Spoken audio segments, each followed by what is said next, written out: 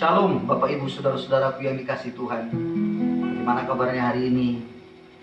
Besar sekali harapan saya Bapak Ibu tetap bisa bersemangat, tetap bersuka cita di dalam rumah kita masing-masing. Saya mengajak kita pada hari ini untuk kita sama-sama menaikkan satu lagu sebelum kita belajar kebenaran firman. Kita bisa menyembah Tuhan sejenak. Bapak Ibu siapkan hati, siapkan juga Alkitab saudara, catatan saudara, untuk kita belajar bersama-sama. Mari kita datang pada Tuhan. Apapun yang terjadi di dalam hidupku, tetap ku berkata, Tuhan Yesus baik.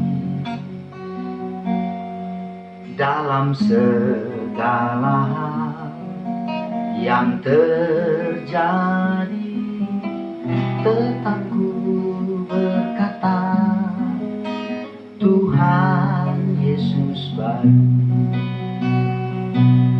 Ku sembahkan,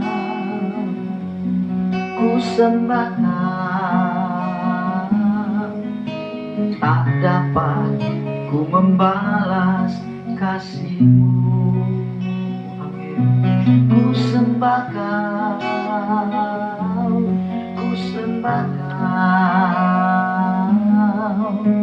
ku rindu selalu menyenangkan-Mu. Haleluya. Mari sama-sama kita naikkan pujian. Apapun yang terjadi di dalam hidupku, tetap ku berkata, Tuhan Yesus baik. Dalam segala hal yang terjadi, tetap ku berkata, Tuhan Yesus baik. Ku sembahkan,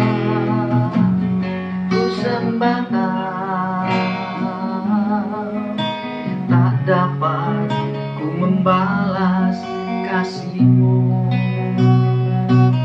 Ku sembahkan,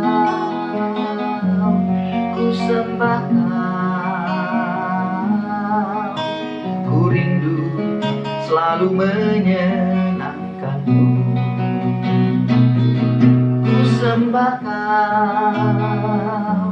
Ku sembahkan, dan ku membalas kasih-Mu. Ku sembahkan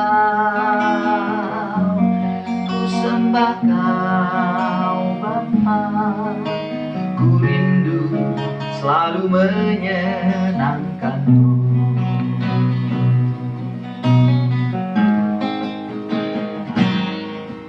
Apapun yang terjadi di dalam hidupku, tetap ku berkata, Tuhan Yesus baik. Dalam segala hal yang terjadi,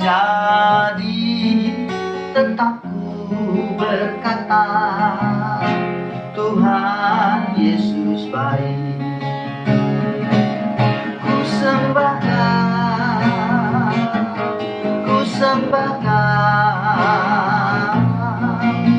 tak dapat ku membalas kasih-Mu.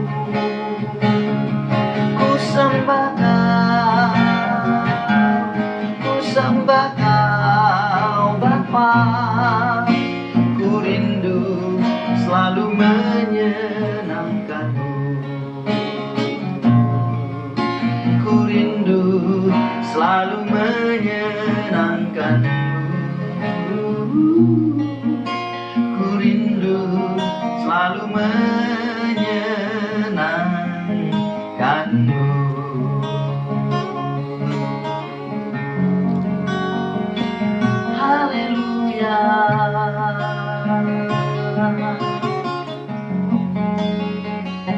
Haleluya. Terima kasih buat anugerah-Mu Bapa. Kau baik, Kau baik, Kau baik. Pertolongan-Mu ya dan amin. Haleluya, Kau baik Bapa. Kemurahan-Mu yang besar, kebaikan-Mu sungguh ajaib, luar biasa kasih sayang-Mu.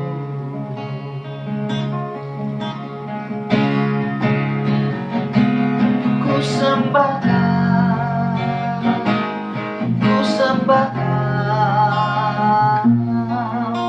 tak dapat ku membalas kasih-Mu. Ku sembah Kau Bapa. Ku rindu selalu menyenangkan-Mu. Ku rindu selalu menyenangkan-Mu. Ku rindu selalu menyenangkan-Mu.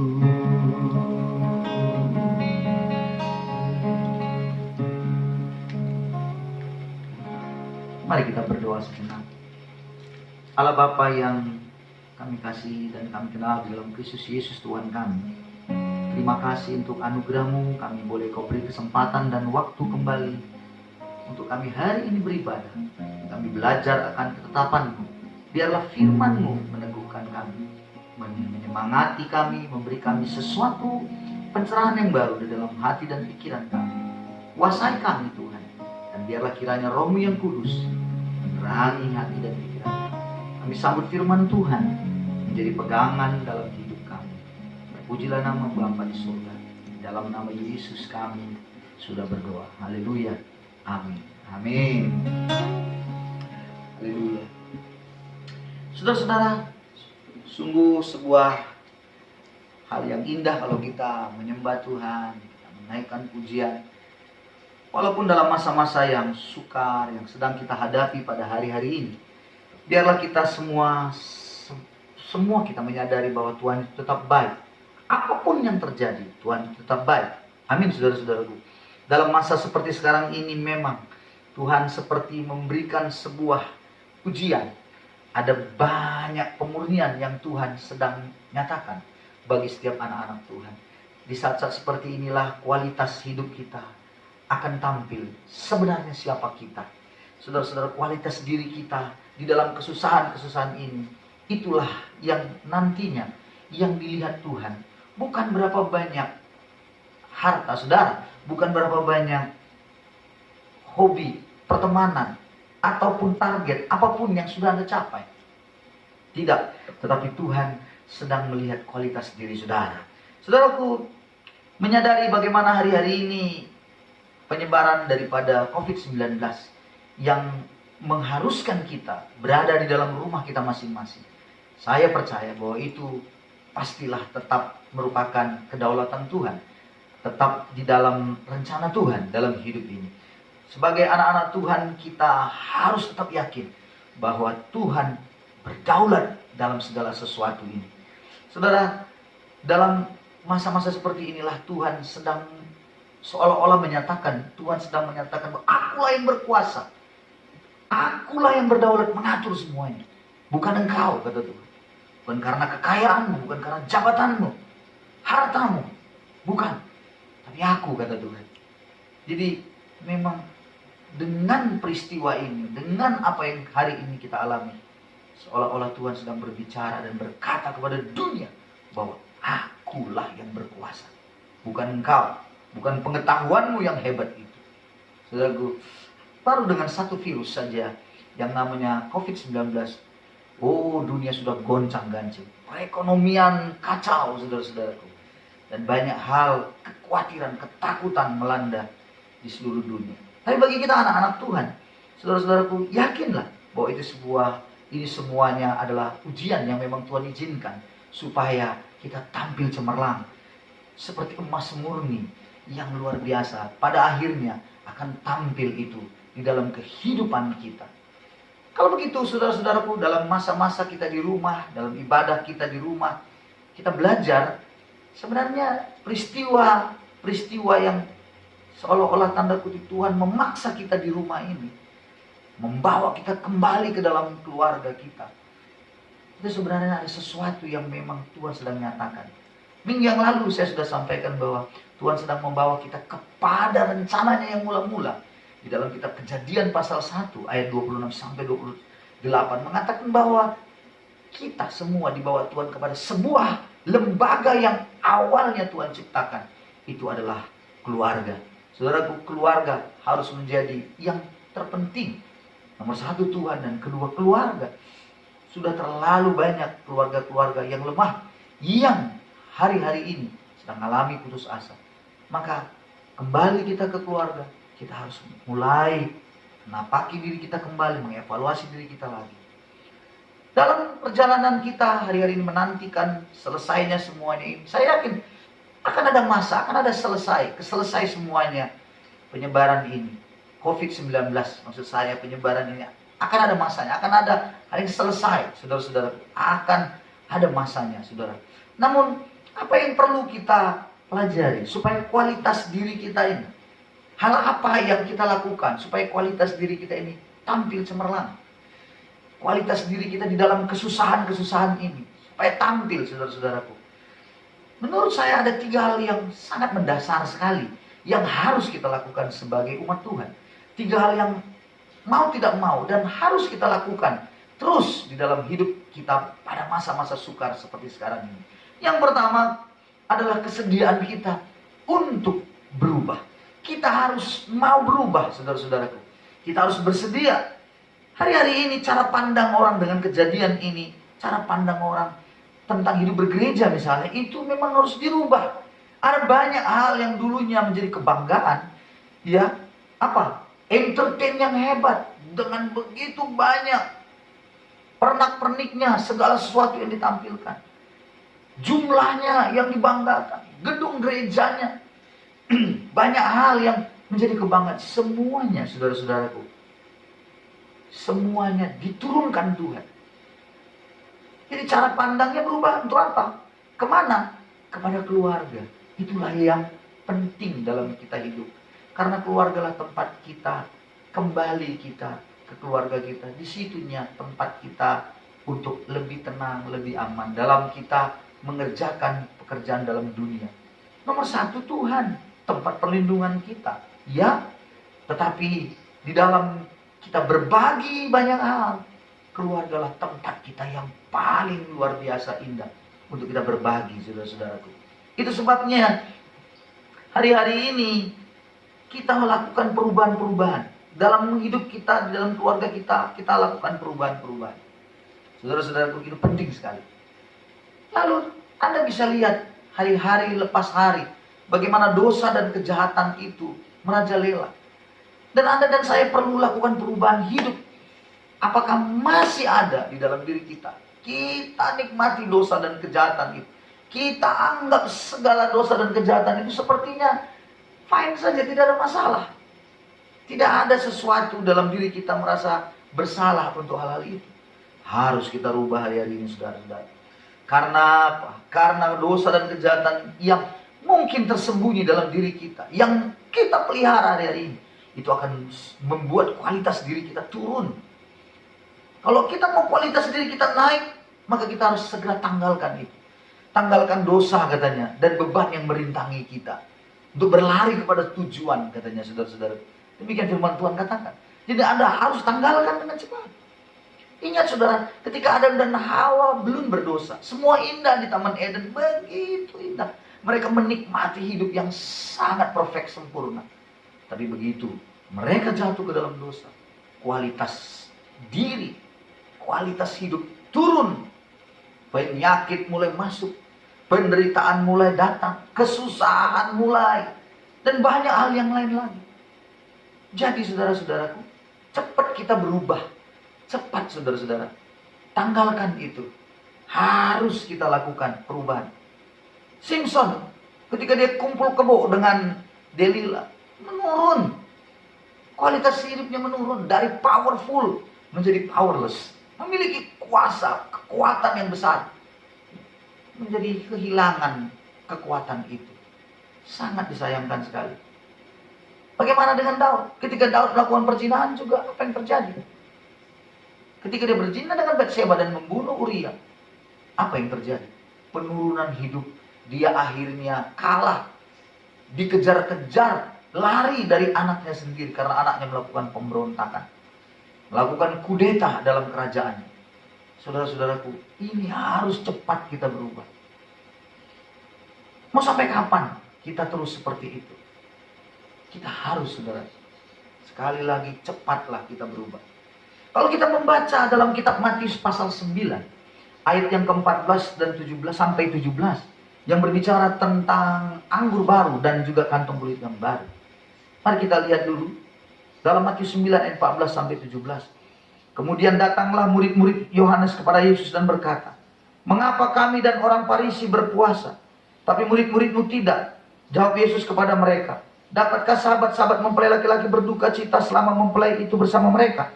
Tapi waktunya akan datang, mempelai itu diambil dari mereka dan pada waktu itulah mereka akan berpuasa. Tidak seorang pun menambalkan secarik kain yang belum susut pada baju yang tua. Karena jika demikian kain penambal itu akan mencabik baju itu. Lalu makin besarlah koyaknya. Begitu pula anggur yang baru tidak diisikan dalam kantong kulit yang tua. Karena jika demikian kantong itu akan koyak sehingga anggur itu terbuang. Dan kantong itu pun hancur.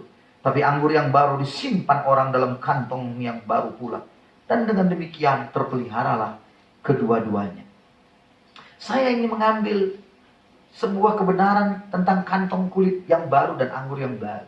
Ini memang berbicara tentang berpuasa. Tapi sebenarnya yang diharapkan saat berpuasa itu adalah kita menjadi kantong kulit yang baru. Berapa banyakkah hari-hari ini kita belum menjadi kantong kulit yang baru? Kita masih kantong kulit yang lama. Apa hubungannya dengan anggur baru? Kalau kita baca ayat ini, ternyata anggur baru dimasukkan ke dalam kantong kulit yang baru pula, bukan yang lama. Kenapa? Karena kalau kantong kulit yang lama, dia itu gampang rusak, rapuh. Sementara anggur baru itu rasanya itu asam. Asamnya itu tinggi. Keasamannya tinggi. Sehingga keasamannya itulah yang akan merusak daripada kantong kulit yang lama itu. Lalu lama-lama akan bocor di sana sini dan kemudian terbuang. Sia-sialah anggur baru itu. Anggur baru hanya akan diisi kepada kantong kulit yang baru. Kantong kulit yang baru itu berbicara hidup kita yang harus kita rubah hari-hari ini. Jangan yang lama, saudara-saudaraku. Kantong kulit yang baru itu segala sesuatu, apa yang kita lakukan sudah menjadi baru. Tidak lagi yang lama. Kalau dulu kita malas, kita mulai rubah menjadi rajin. Kalau dulu kita pembohong dan suka kali berjudi, menipu orang, kita rubah hidup ini. Kalau kita tidak melakukan perubahan, kita akan tertinggal dan kita akan ditinggal. Kita akan digilas oleh zaman ini, saudara-saudara. Kita akan terbuang. Penderitaan itu tidak perlu Anda sesalkan. Yang Anda sesalkan adalah ketika hidup Anda tidak mau berubah. Itulah yang harus Anda sesalkan. Jadi, kalau kita mau mendapatkan anggur baru berkat Tuhan, hikmat yang dari Tuhan, ya kan? Dari surganya Tuhan berikan kepada kita. Kita harus menjadi kantong kulit yang baru. Seringkali ada nyanyian mengatakan anggur baru tercurah, anggur baru tercurah. Tapi sayangnya ketika anggur baru tercurah, umat Tuhan masih kantong kulit yang lama. Akhirnya apa? Sia-sia semuanya. Tidak ada gunanya, bocor kata Alkitab. Maka tidak ada gunanya, semuanya terbuang percuma. Jadi saudara-saudara, ayo kita mulai rubah hidup ini. Cepat lakukan perubahan-perubahan. Cara berpikir kita juga harus berubah. Jangan negatif, terus negatif tentang segala sesuatunya. Hidup kita pun, sikap kita pun berubahlah. Terus, dulu juga kita misalnya tidak baca firman, mulai kita rubah, kita mulai renungkan firman Tuhan. Dengan cepat. Kalau tidak, saudara, kita akan digilas oleh zaman ini. Saya kadang-kadang juga merasa, ya agak sedikit bingung juga. Karena ada banyak umat Tuhan, berdoa itu kencang sekali. Tekun sekali, kuat sekali berdoa untuk apa? Supaya situasi itu dapat berubah. Tuhan, tolong Tuhan, berdoa. Ya Tuhan, biarlah Tuhan COVID-19 tidak ada di Indonesia dalam. Salah kan? Tidak baik. Baik saudara-saudara. Tapi menurut saya ada yang perlu ditambahkan. Kenapa kita selalu berdoa dengan tekun meminta supaya situasi berubah? Tapi kita tidak pernah berdoa agar situasi itu merubah hidup kita. Kita harus berdoa supaya kita berubah. Coba lihat saudara-saudaraku. Dulu orang malas sekali cuci tangan. Sekarang harus cuci tangan. Dulu orang itu selalu pergi kemana-mana, entah suka-sukanya. Sekarang seperlunya saja, kalau penting saja. Jadi sekarang berubah begitu cepat. Nah, kita juga di rumah kita, ayo lakukan perubahan-perubahan. Mulai dari yang malas jadi rajin, dari yang suka berbohong, rubah. Evaluasi diri Anda. Dan kita sama-sama untuk melihat bagaimana diri kita ini sebenarnya.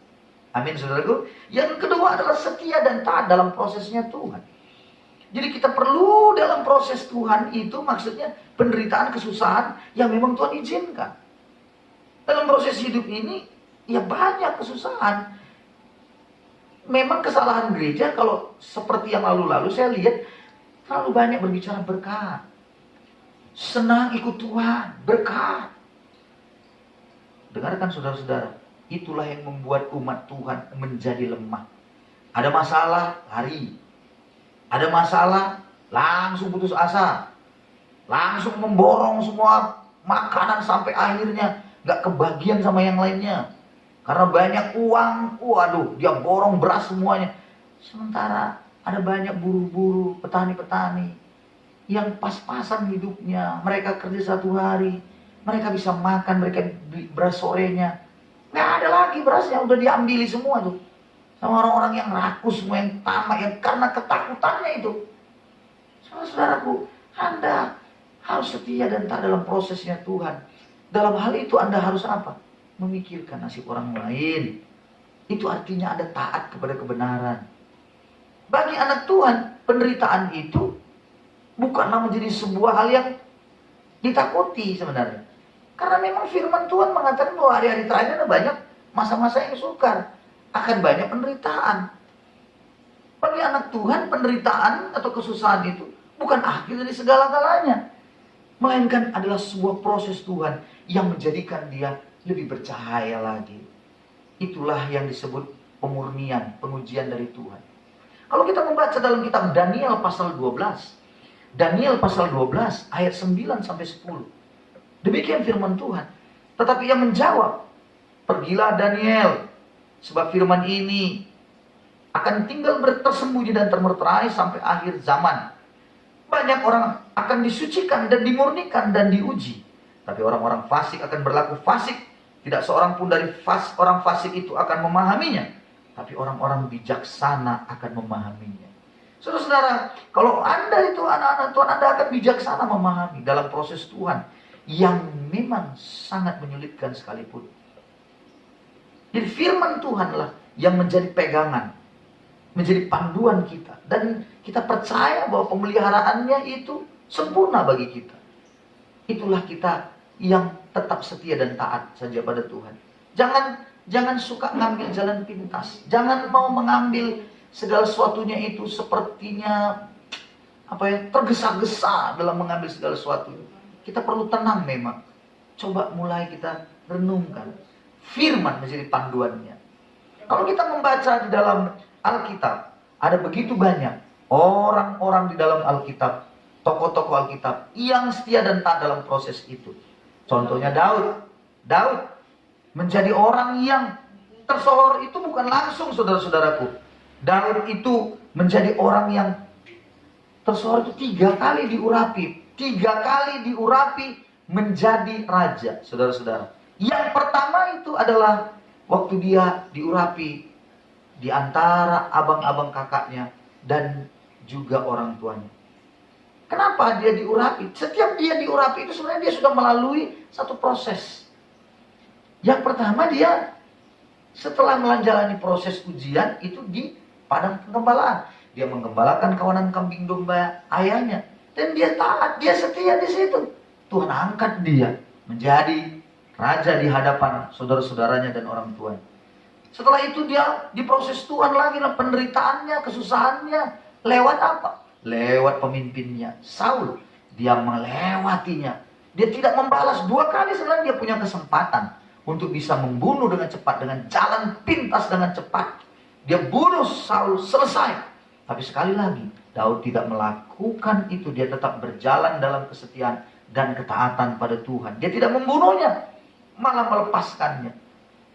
Setelah Saul mati, akhirnya Daud pun menjadi raja atas suku Yehuda. Dia naik setelah lulus itu lagi.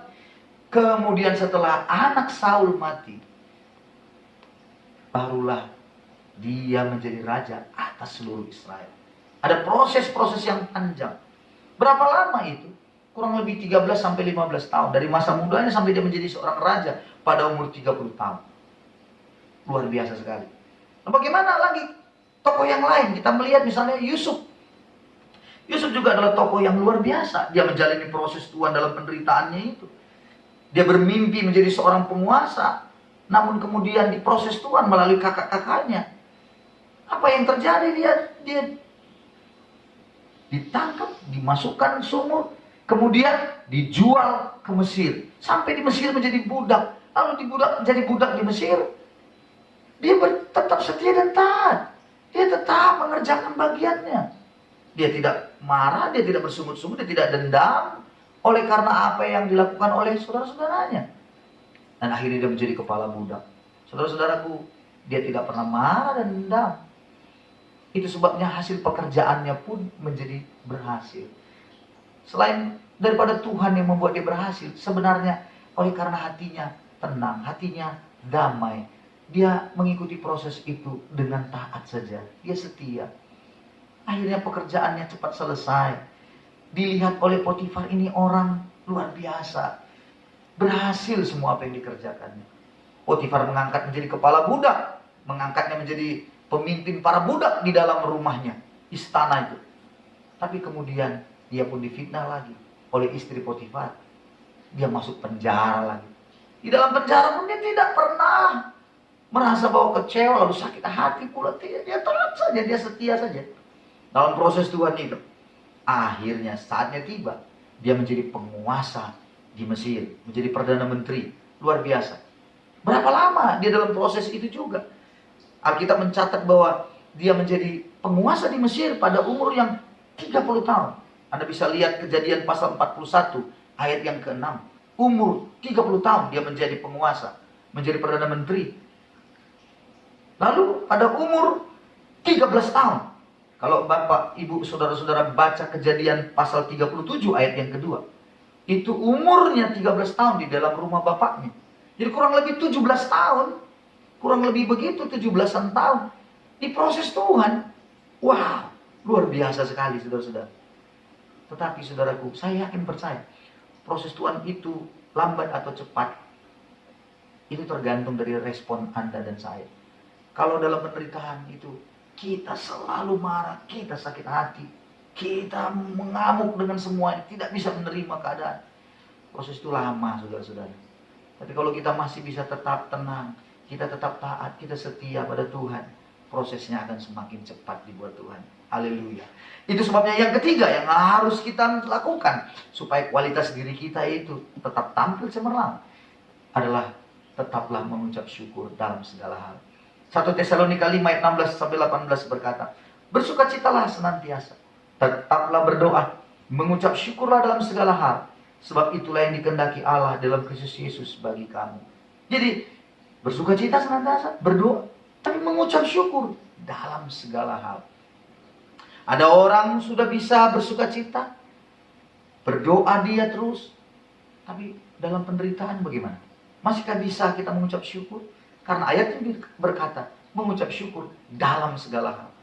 Seharusnya kita sadar bahwa Allah turut bekerja dalam segala sesuatu. Kata kitab Roma pasal 8. Dalam segala sesuatu mendatangkan kebaikan bagi setiap kita yang mengasihi Tuhan. Amin, saudara-saudara. Kenapa kita harus mengucap syukur dalam penderitaan, dalam kesusahan? Karena mengucap syukur itu akan membuat hati dan pikiran Anda tenang. Damai ada dalam hati Anda. Sehingga Anda bisa mengerjakan banyak hal dengan baik dalam hidup ini. Kalau Anda tidak punya ketenangan, kalau Anda tidak punya kedamaian, Anda akan sulit mengerjakan banyak hal. Jadi perlu Anda mengucap syukur. Dan persembahkanlah syukur itu sebagai korban. Kata kitab Mazmur pasal 50 ayat 23. Karena itu akan memuliakan Bapakmu yang di sorga.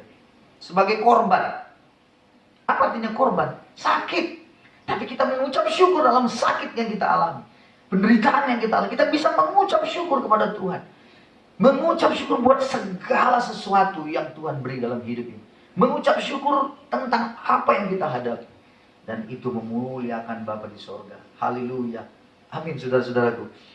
Dan selanjutnya, untuk apa kita mengucap syukur? Biasanya, saudara, kalau saya mau katakan dengan jujur, dalam pengucapan syukur kita itu, ada mukjizat-mukjizat yang Tuhan mau beri dalam hidup ini. Mana buktinya? Ketika Yesus hendak memberi makan 5.000 orang, apa yang terjadi? Apa cukup makanannya semua untuk bisa memberi makan 5.000 orang? Nggak ada. Tapi Yesus bilang kepada muridnya, kamu harus beri makan. Kalau Anda baca dalam Yohanes 6 ayat 9-13, disuruh beri makan. Murid-muridnya bingung. Guru, bagaimana mungkin? Jauh dari sini tempat makan. Berapa biayanya? Waduh, macam-macam, mereka bingung. Tapi Yesus berkata, apa yang ada padamu? Yesus tidak berkata, berapa banyak yang ada padamu? Yesus berkata, apa yang ada padamu? Dengarkan saya, Bapak Ibu Saudara-saudara, hari ini. Tuhan tidak tanya berapa banyak yang ada pada saudara. Tuhan tanya, apa yang ada padamu? Mungkin engkau bilang, aduh, hanya sedikit, gajiku kecil. Tapi kalau Anda bersyukur, ada mukjizat. Haleluya.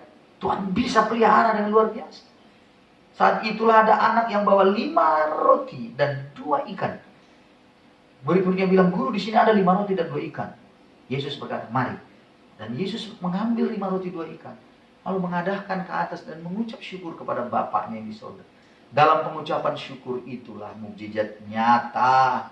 Mukjizat mulai terjadi. 5.000 orang laki-laki itu diberi makan, belum termasuk perempuan.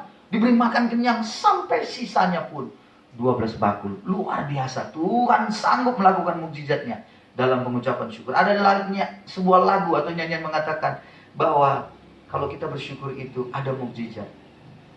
Ada mukjizat dalam bersyukur. Wih, luar biasa.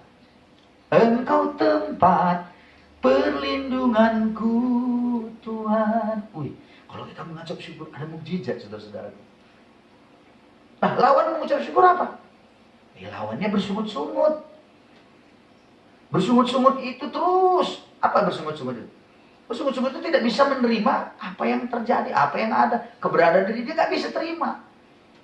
Orang yang bersungut-sungut ini seringkali kecenderungannya membandingkan dirinya dengan orang lain. Membandingkan pendapatannya dengan pendapatan orang lain.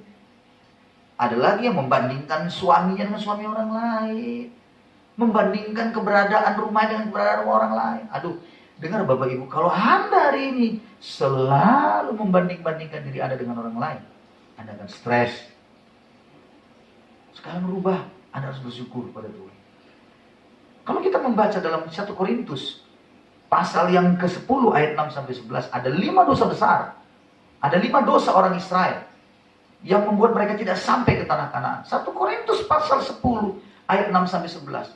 Dan dikatakan, ayat 11 yang dikatakan, itu menjadi peringatan bagi kita yang hidup di akhir zaman ini. Peringatan, apa dosanya? Yang kelima, salah satunya itu adalah bersungut-sungut. Jadi kalau kita bersungut-sungut, nggak sampai kepada tanah perjanjian. Dosa orang Israel itu membuat mereka tidak sampai ke tanah perjanjian. Dan kita tidak sampai ke tanah perjanjian kita. Apa tanah perjanjian kita? Itulah berlimpah susu dan madu, berkat-berkat Allah di sini. Kita nggak sampai. Kita nggak memperolehnya, kita nggak menikmati hidup. Sayang sekali. Kita tidak menikmati segala sesuatu yang Tuhan sediakan dalam hidup ini. Pemeliharaan Tuhan tidak kita nikmati. Kenapa? Karena selalu bersungut-sungut. Ayo, hari ini saya rindu pada saudara-saudaraku semuanya. Dari ketiga hal ini yang sangat mendasar yang harus kita lakukan. Lakukanlah itu, saudara-saudaraku. Sedialah kita untuk berubah. Setia dan taatlah kita dalam proses Tuhan selalu. Dan yang ketiga, mengucap syukurlah Bapak Ibu Saudara dalam segala hal. Mari kita renungkan kebenaran ini hari ini. Mari kita renungkan dalam diri kita. Nah, biarlah kita belajar untuk mempraktekannya dalam kita menjalani masa-masa yang sukar. Bapak Ibu Saudaraku bisa sharing firman Tuhan di rumah. Anda bisa sharing kira-kira hal-hal apa yang harus Anda rubah dalam hidup ini. Hal-hal apa yang harus secepat mungkin yang harus dirubah. Pengelolaan uangkah, perkataankah, sikapkah. Seorang ahli filsafat dunia, William James, mengatakan seorang tidak akan bisa merubah nasibnya, atau seseorang dapat merubah nasibnya jikalau dia merubah sikapnya. Ayo saudara-saudaraku, lakukan perubahan-perubahan hidup saudara. Saya rindu sekali dalam penderitaan kesulitan yang hari ini kita alami, kualitas diri kita sedang dibentuk Tuhan. Dalam hal-hal yang sulit hari ini terbentuklah semuanya.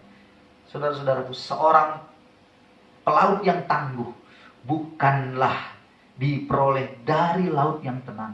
Pelaut yang tangguh diperoleh dari laut yang bergelora, yang bergelombang. Karena disitulah akan tampil seorang pelaut yang hebat. Saudara-saudara, kualitas dirimu akan tampil luar biasa dalam menjalani masa-masa hidup yang sulit hari ini. Biarlah kita semua hari ini mempraktekannya. Dan jangan lupa, banyak berdoa. Jaga kesehatan saudara-saudara. Banyak minum air hangat. Vitamin dimakan dengan baik. Jaga kesehatan. Karena apa, saudara? Supaya imunitas kita, kekebalan tubuh kita juga akan baik adanya. Tuhan memberkati kita semuanya. Dan saya akan bernyanyi sebuah lagu lagi untuk kita, sama-sama kita bisa bernyanyi. Saya rindu sekali kita bisa mendengar Tuhan dan kita bisa melayani Tuhan kita dengan luar biasa. Haleluya.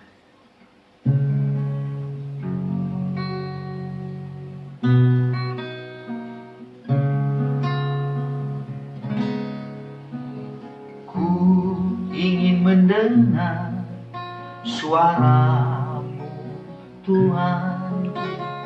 Ku sadar diciptakan untuk rencanamu yang mulia. Ku serahkan hidupku padamu Yesus Tuhanku, dan ku perhatikan kehendak-Mu padaku. Ku mau turut selalu dalam rencana-Mu Tuhan, sampai bumi penuh kemuliaan-Mu. Sama-sama. Ku ingin mendengar suara-Mu Tuhan. Ku sadar diciptakan untuk rencana-Mu yang mulia. Ku serahkan hidupku padamu Yesus Tuhanku, dan ku perhatikan kehendak-Mu padaku. Ku mau turut selalu dalam rencana-Mu Tuhan, sampai bumi penuh kemuliaan-Mu.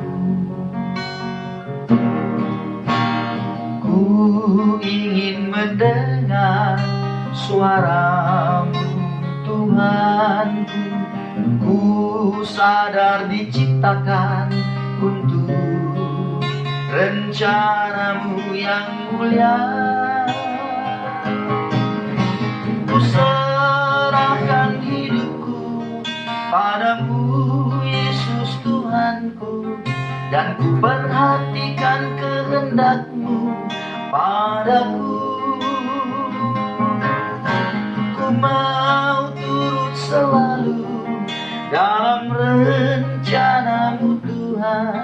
sampai bumi penuh kemuliaan-Mu, sampai Indonesia penuh kemuliaan-Mu, sampai Nias penuh kemuliaan-Mu, sampai keluargaku penuh kemuliaan-Mu. Mari kita berdoa. Bapa, kami bersyukur untuk firman-Mu bagi kami pada saat ini. Engkau sungguh baik mengingatkan kami supaya kami menjadi orang-orang yang memiliki kualitas diri yang baik di masa-masa sukar sekalipun. Tuhan, biarlah kiranya firman-Mu ini meneguhkan kami, dan kami tak lupa berdoa untuk bangsa ini. Biarlah kiranya bangsa kami ada dalam penjagaan Tuhan, pemeliharaan Tuhan. Kami berdoa untuk pemerintah kami, Bapak Presiden, dan semua jajaran para menteri, semuanya Tuhan yang hari-hari ini sedang bekerja giat, terlebih di dalam menanggulangi COVID-19. Kami berdoa, kuatkan mereka semua, teguhkan mereka, sehat mereka semua, dan Tuhan memberkati mereka. Berikan hikmat di dalam menyelesaikan segala sesuatunya. Kami juga berdoa, Tuhan, campur tangan untuk para medis yang hari-hari ini berada di depan, di dalam mengerjakan tugas dan panggilannya, menolong saudara-saudara kami yang sudah mengalami infeksi virus corona. Kami percaya Tuhan menolong semuanya mereka, memberi mereka kekuatan, keluarga mereka Tuhan berkati semuanya. Dan kami serahkan juga hari ini Tuhan, apapun yang hari menjadi rencana-rencana masing-masing keluarga yang hari-hari ini sedang berada di dalam rumah, biarlah Tuhan yang memberi semangat, tetap menguatkan, tetap membuat kami semuanya tetap bisa mengucap syukur di dalam segala hal. Ya Tuhan, akhirnya kami rindu jemaat-Mu yang boleh bersama-sama dengan kami dan beribadah di dalam rumah-rumah pada hari ini. Tetaplah kami bersukacita dan tetap bersemangat dalam menjalani hidup. Kami boleh menjadi orang-orang yang tampil gemilang, tampil cemerlang Tuhan. Dan kami yakin Tuhan, saatnya tiba, apa yang kami tabur hari-hari ini akan kami tuai di kemudian hari. Terima kasih Bapak, semua anak-anak kami, seisi rumah kami, Tuhan berkati semuanya. Tuhan jagai pelihara semuanya, umat-Mu jemaat dimanapun boleh ada. Terima kasih Bapak, di dalam nama Yesus kami berdoa. Haleluya. Amin. Amin. Tuhan memberkati kita semuanya.